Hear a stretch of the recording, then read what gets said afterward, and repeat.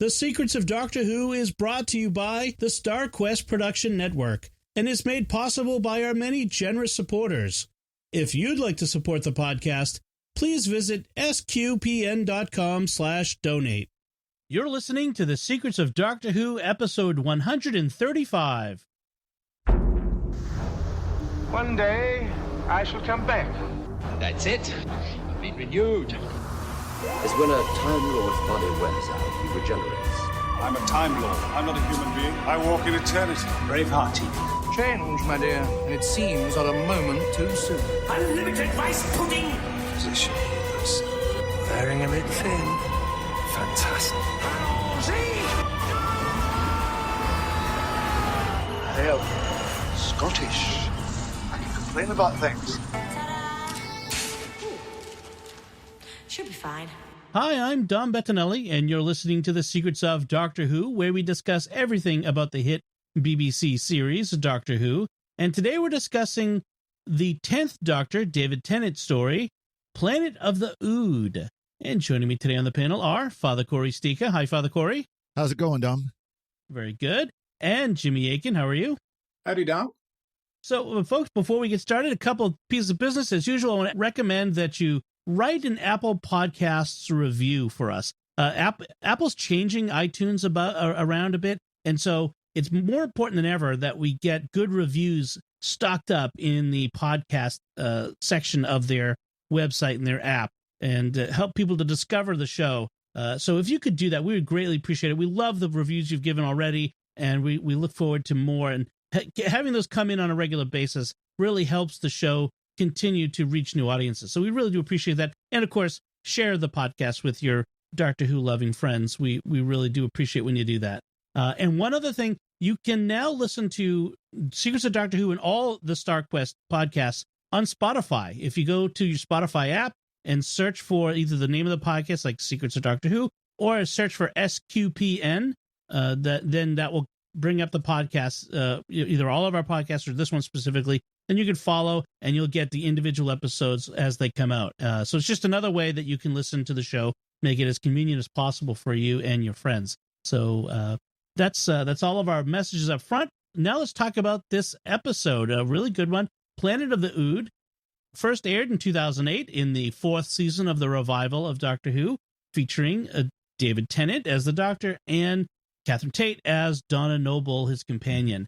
And it's the 3rd episode of this season. And it's, a quick recap, you probably know, but the Doctor takes Donna to her first alien planet, the Ood Sphere. They encounter the Ood, and they find something about the origin of the Ood. So that's sort of the quick recap. So, guys, this is the return of the Ood. This is their second appearance, correct? Am I right on that? Yeah. Yep. Yeah, they previously were in the Satan Pit and that two-parter. Yeah, the Impossible Planet. Impossible Planet, yeah. Yeah. And also they have a much earlier connection in Doctor Who. They're kind of, even though they clearly, you look at them and they're clearly Cthulhuid in appearance, they're clearly influenced by H.P. Lovecraft's Cthulhu mythos. Mm-hmm. They also are sort of similar to the Sensorites, who appeared in the first Doctor's time. And the Sensorites came from a planet called the Sense Sphere. And Sensorites don't have the dangly tentacles from their mouths, but otherwise they look kind of similar. And so that's why the home planet of the Ood is called the Ood Sphere. And according to Russell T. Davies, it's in the same solar system as the Sense Sphere, as if similar looking life forms would naturally evolve on planets in the same solar system or something. As you say, Jimmy, science fantasy. This is what we're... Yeah. Yeah, that was very clearly, in fact, there's a line of dialogue in this episode where the Doctor really makes that connection to the Sense Sphere and that. And we obviously, we've recently talked about that first Doctor story where they meet the Sensorites. You can find that on sqpn.com. One of the other notable parts of this episode is the first use of the phrase "the Dr. Donna." We'll talk about that as we get into it, but that becomes a recurring theme and becomes important to the arc of this season with Donna. let's get into the discussion of the episode itself. So the Doctor and Donna, they land on this planet, but we start with, before they get there, we start in the teaser with this commercial, this advertisement that's running in the future for this company that breeds and sells the Ood. And there's a very uncomfortable feeling we get watching humans buy and sell humanoid aliens as slaves, albeit seemingly willing ones. And there's part of the uncanniness of this is the juxtaposition of the Ood's visually horrific appearance. Yes. With the dangly tentacle mouths, with their completely servile attitude. And this mixture of visual threat with all of the social signals of I'm not threatening at all is part of what generates the creepiness of this. And then we find out that also they're slaves. And finally, we see and something bad is going to happen as a result of this situation. And so an Ood kills a guy with his translator ball. Yes, after his eyes turn red. Yeah. Exactly. Because, of course, red eyes equals evil. Yeah, of course. It's a no Either fact. that or the Ood's been drinking last night. Yeah, we need, exactly. We need some Ood eye drops. But apparently Ood sales are down, we find out, and that the military also buys them for cannon fodder. That's another aspect of the Ood that we find out. So if the military buys them for cannon fodder, presumably they're not necessarily just peaceful. I mean, if you put a gun in their hands and go tell them to shoot at somebody, they do. I mean, that would be logical. So there's... Yeah. Maybe after serving the enemy tea.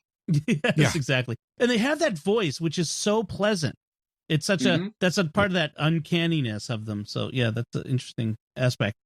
So then that's when we get to the Doctor and Donna showing up. Donna's first alien planet, and she gets all excited. He apparently chose this planet at random. So the Doctor used a function of the TARDIS we haven't seen since the Fourth Doctor, the randomizer. Oh, okay. So he just sort of spins the dial and goes? Yeah, there's a point in the Fourth Doctor's run where they were running away from a evil being that I guess could track them through time and space. So the Doctor installed a randomizer that the TARDIS would just go wherever. So it almost back to the way it was at the beginning where the Doctor didn't know where the TARDIS was going to go. Interesting. And so Donna gets all rhapsodic about stepping onto her first alien world and how exciting and wonderful it will be, and steps out and it's freezing cold and snowing. Yeah. I like the Doctor, though, likes it proper snow at last, which is a reference to the snow in the previous episode was volcanic ash in the fires of Pompeii. And then all the Christmas episodes where it's like a ship burning up or something else happening. Yes, it's never properly snows on Christmas in Doctor Who. So when they filmed this, apparently it was one of the hottest days of the year. And so they're having to pretend that it's snow, that it's cold and snowy, and Catherine Tate has that big furry coat on, and the fake snow is actually little bits of paper that they shredded. Yeah. Is that what it was? I know it's really obvious that they're somewhere and they've just sprayed the grass with white foam or something. Yeah, see, I didn't know if it was like a spray on snow or something like that. I didn't realize it was paper. It was a paper based snow anyway. But this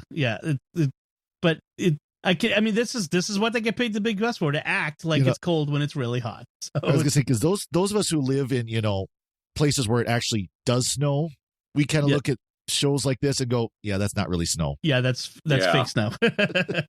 So apparently Donna prefers fancy spaceships. They see a big fancy pointy ship fly overhead, and she says, like a rocket. Yeah, yes. And she says to the Doctor, "You've got a box, he's got a Ferrari." So I love the fact that she puts him in his place all the time. Well, that's kind of a comparison to Rose, where they go somewhere and that's proper Spock, space tech, future tech. Right. That's right. I remember that, proper Spock. We have this senior executive from this Ood breeding company shows up to investigate the death of that other executive at the beginning. And apparently there's been a number of deaths that they now think are that they didn't realize that they were connected to the Ood, and now they think they're Ood killings because they now have it on video or whatever the equivalent is. And they also seem to be aware of this red eye syndrome that the Ood are exhibiting. It's some kind of disease, they think. We also learned this is the 42nd century, and specifically it's 4126. Right. We get told that. And we also see this executive. I have it somewhere else. His name is Halpin, and he's apparently an heir to the company. Like his father founded the company, I think is what it is. So he's almost more of an owner. But he drinks this hair tonic provided to him by his personal Ood assistant, Ood Sigma, that he says is a hair tonic because recently he's been losing his hair unexpectedly because of all the stress he's under. Yes. And this is the bit implausible. It's like if mankind is around in the 42nd century, we're totally going to have a cure for baldness. Jean-Luc Picard is just making a fashion statement. Right. Yeah. Well, this isn't quite that far ahead. So yeah.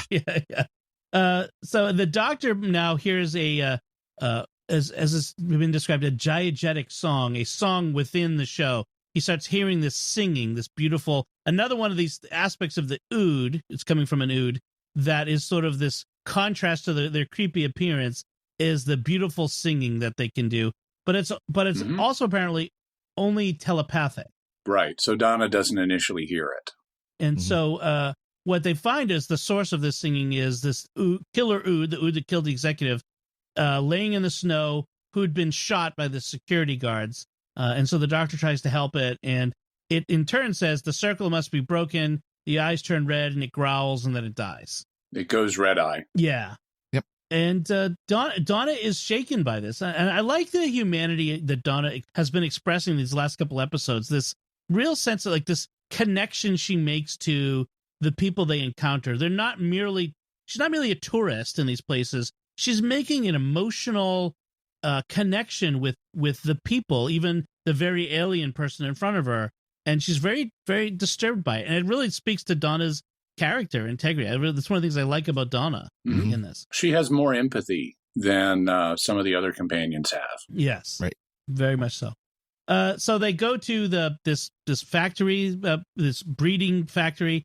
It's a concrete plant that they filmed it at, which is that tends to be where TV shows film these sorts of things. And so, because they always have these pipes and things and steam everywhere.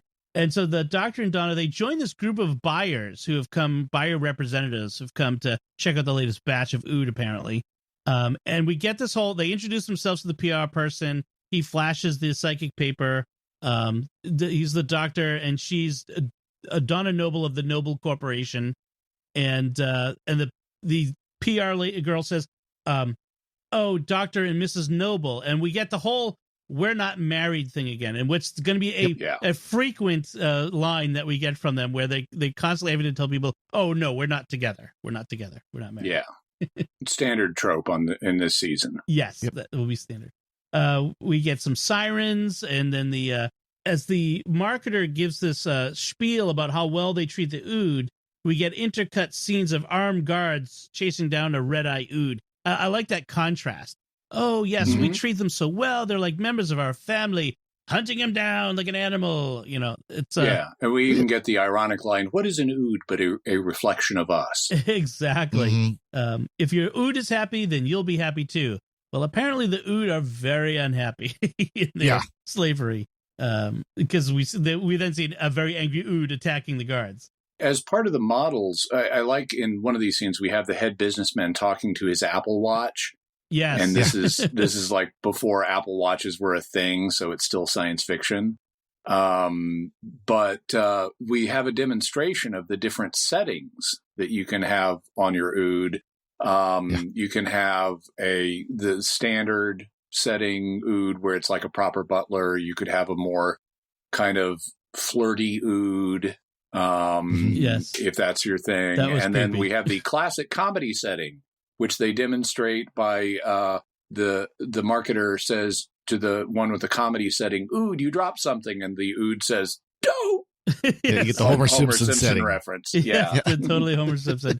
And what's kind of funny is I look at it and go, that's kind of like they're walking, talking echoes in the Amazon Echo. That's what it is, or Google Home, or whatever.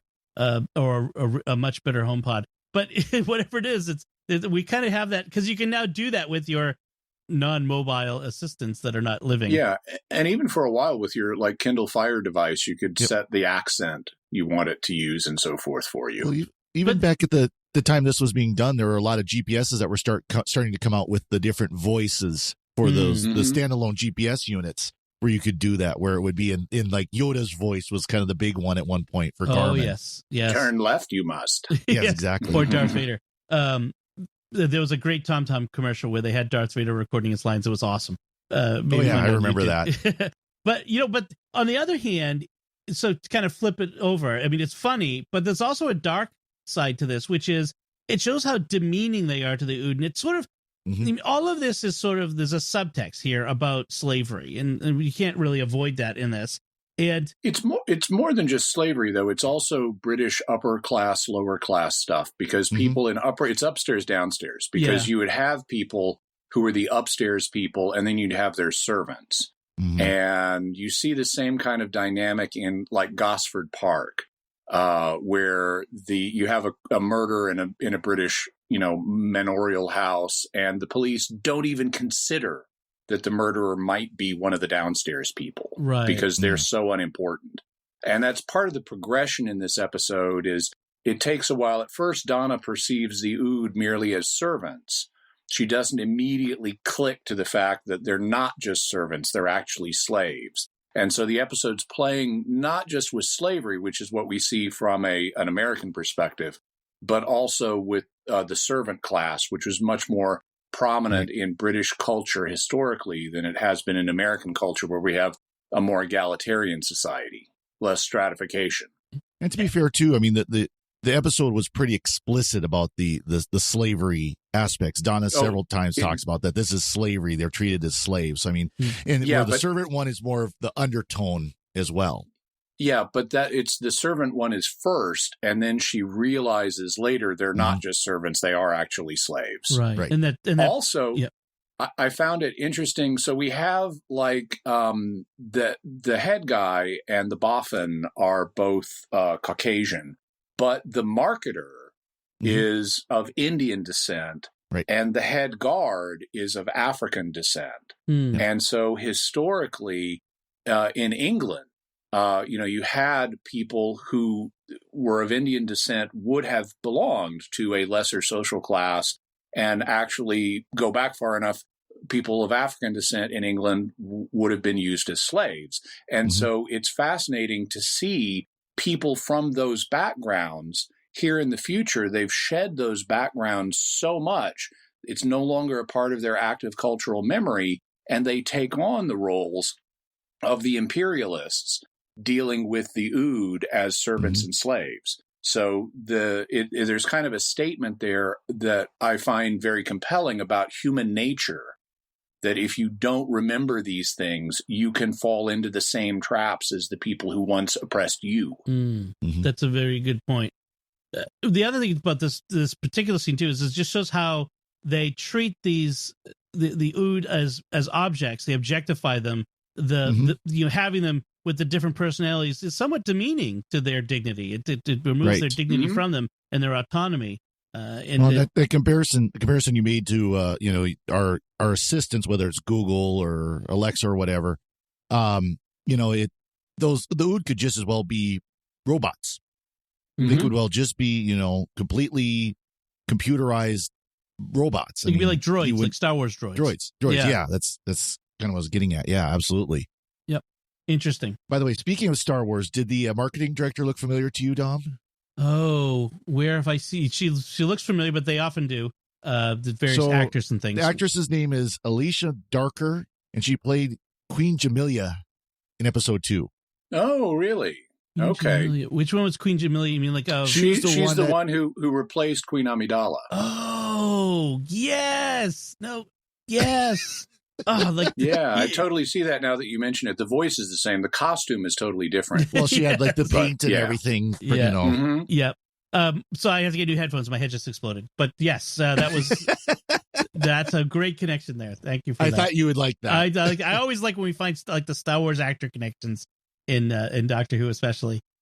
So we find this is when the Doctor and Donna, they look at this map on the wall of this big screen, and they note the Ood sphere is near the Sense sphere, and then they talk about the second great and bountiful human empire in the 42nd century that spans 3 galaxies.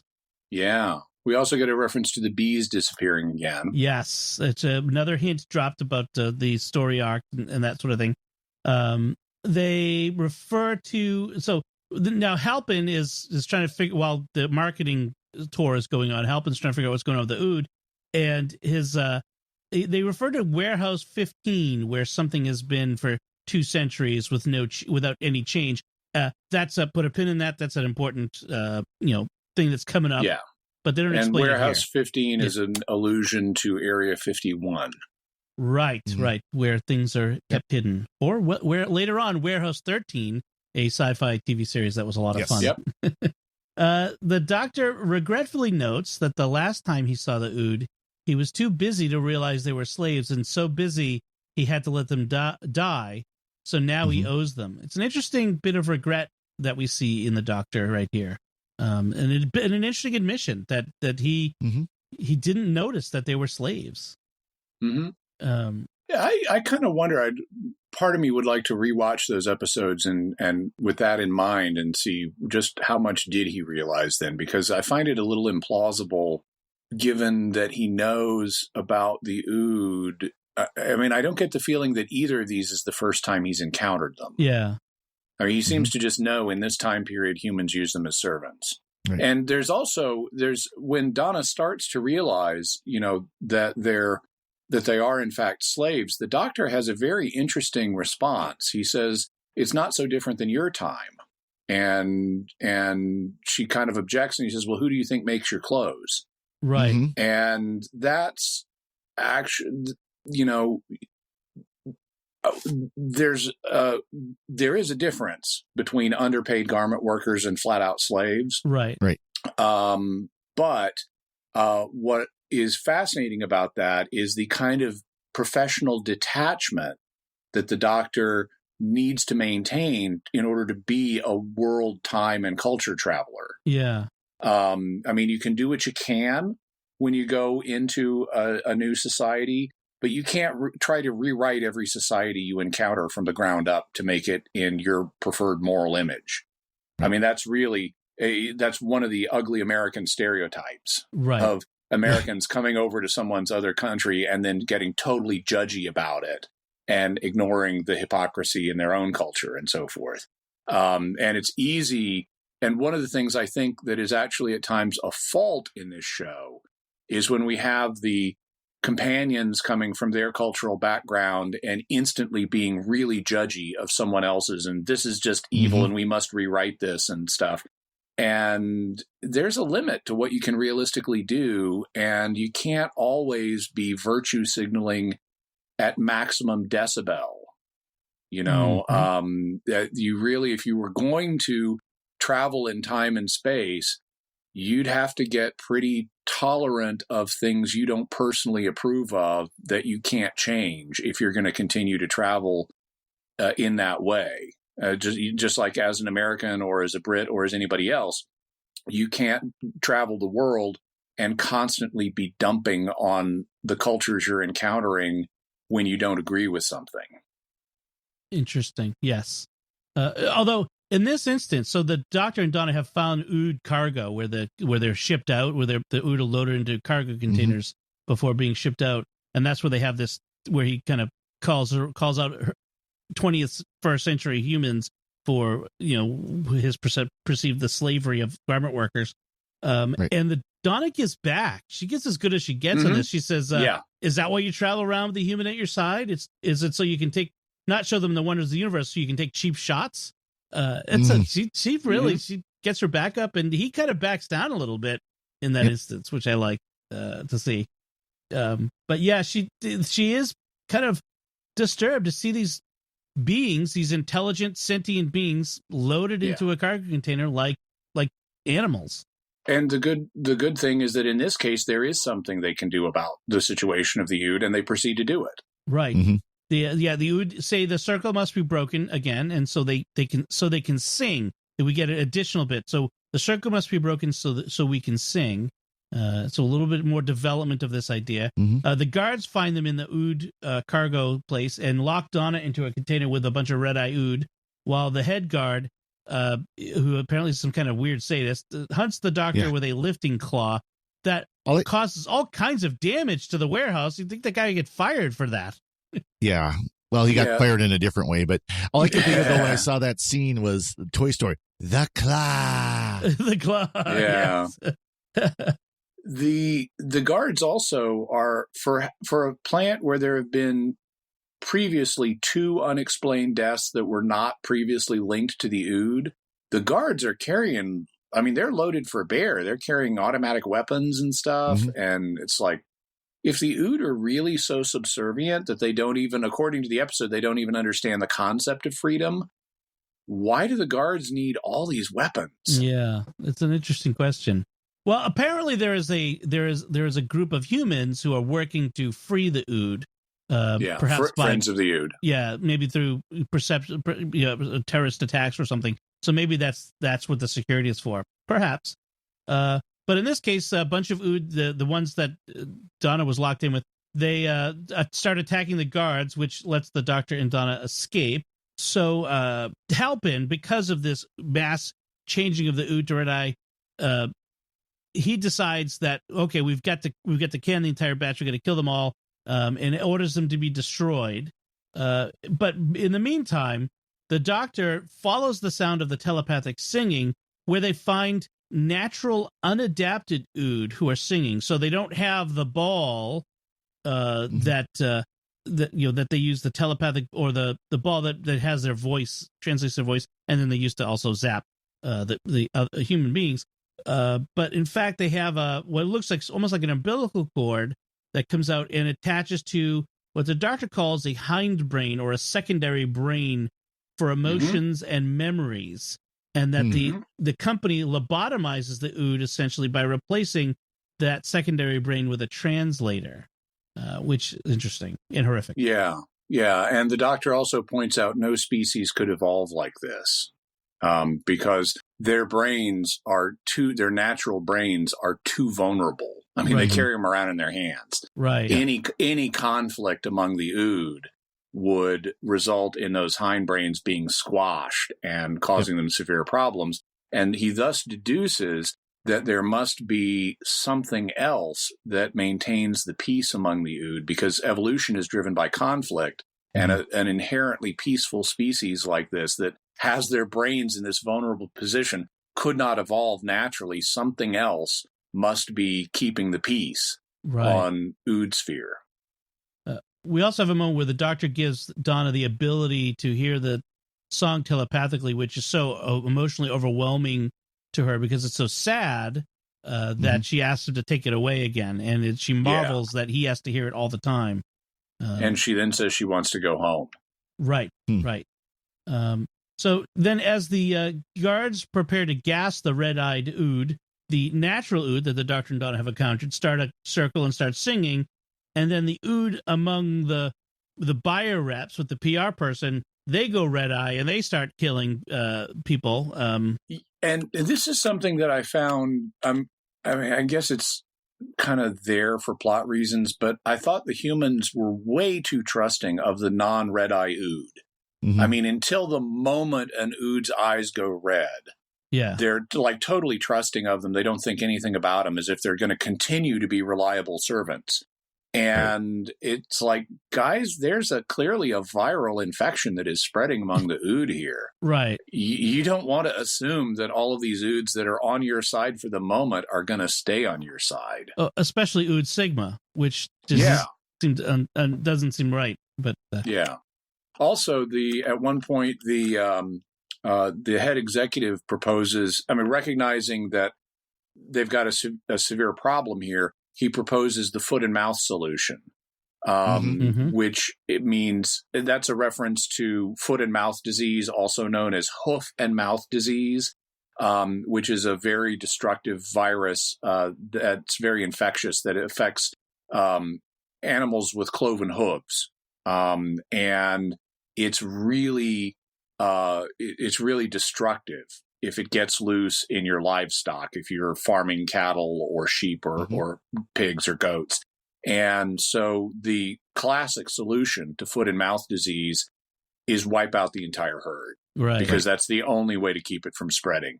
And so the head executive proposes they use the foot and mouth solution with the Ood and just wipe out the current batch and start over. To quote Aliens, nuke them from orbit's the only way to be sure. Yeah. Yeah. So Halpin, he leaves the Doctor and Donna to be found by the Ood, and in the with the natural Ood. And at the last minute, the natural Ood telepathically stop the attacking Ood and declare them friends. So the Doctor and Donna went to the PR office and were there about to be zapped by the they were taken to the PR office because they were in front of the Ood, the natural born Ood, and they were found. And Doctor, I love that line where the Doctor jumps into the cage and said, "What are you gonna do? Lock me up? Well, I'm already there. Ha!"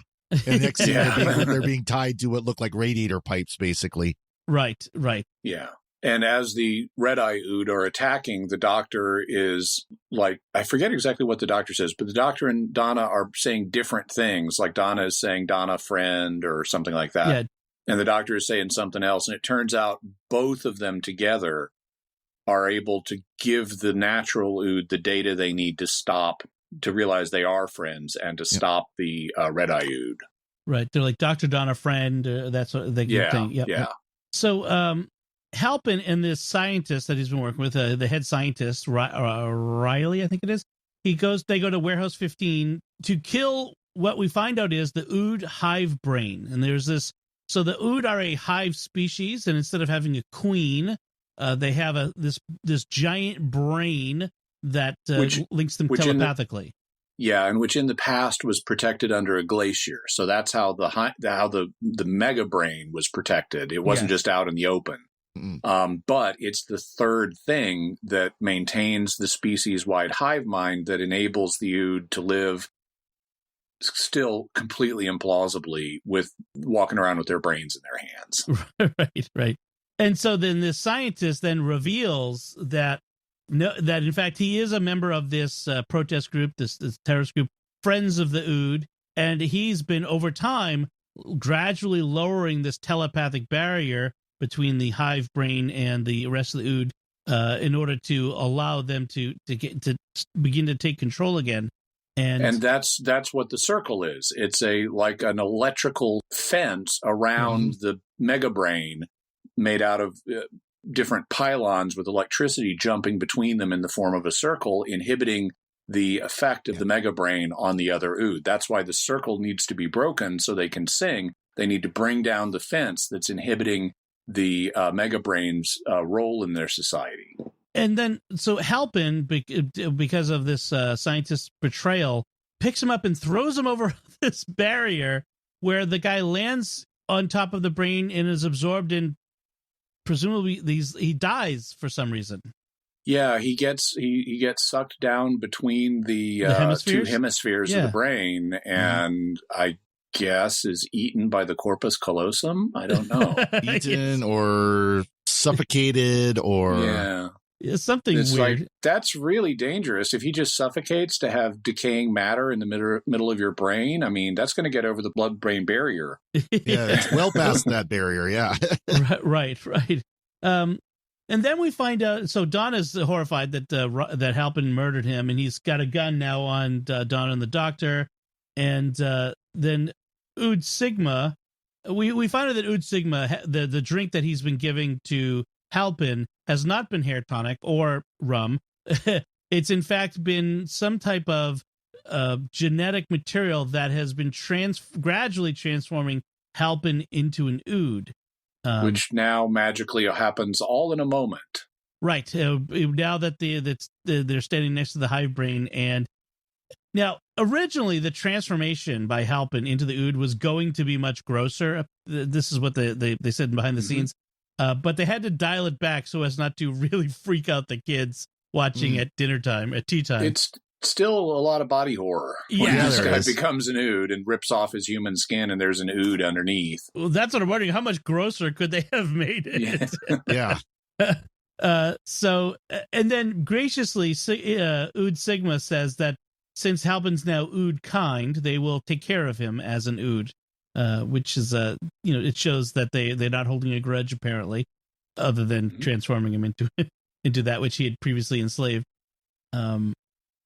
And now that the Ood brain is free, the mega brain is free, the Ood can sing, and now their latent low-level telepathy is strong enough that now even humans can hear the song. Yes. Thus prompting a wave of compassion by humans all over the 3 galaxies for the Ood. And we're told that they're sending the Ood who are out there as servants back home to the Ood sphere.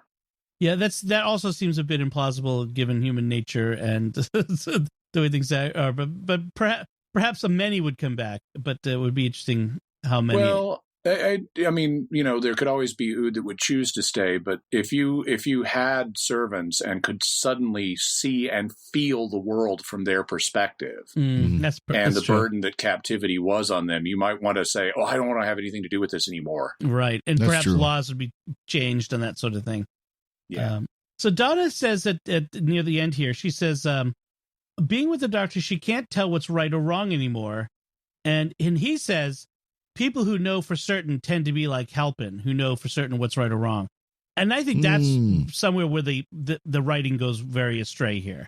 Because That's a very, very, moral certainty is fan of not evil. Yeah. No. So Being morally certain in an inflexibly rigid way that is not informed by reason Yep. is a problem. But being open to reason is what prevents that from happening.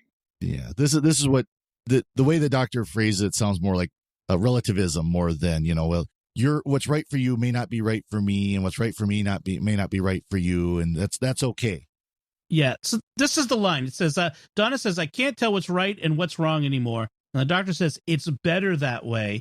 People who know for certain tend to be like Mr. Halpin. Yeah, and I think, I mean, that's obviously meant as a critique of a kind of simplistic moral certainty that's not informed by reason, but it does, it is open to, he doesn't say you can't know that there's nothing objectively right or wrong. It's just the certainty that he has the problem with. Okay. Of course, with the irony of the Doctor is usually the most certain of right or wrong. Yeah, Yes. and in fact, this episode is a particularly simplistic morality tale. Right. And a lot of Doctor Who episodes are pretty simplistic morality tales. Right. His moral certainty is off the charts very often. And then one of the interesting things we end with Ood Sigma telling the Doctor that the Doctor's song must end soon. And then he kind of rolls back. Well, every song must end, but this is the first indicator of a regeneration, not In far the off. offing. Yeah, which is what happens at the end of the season. After some specials. Yes.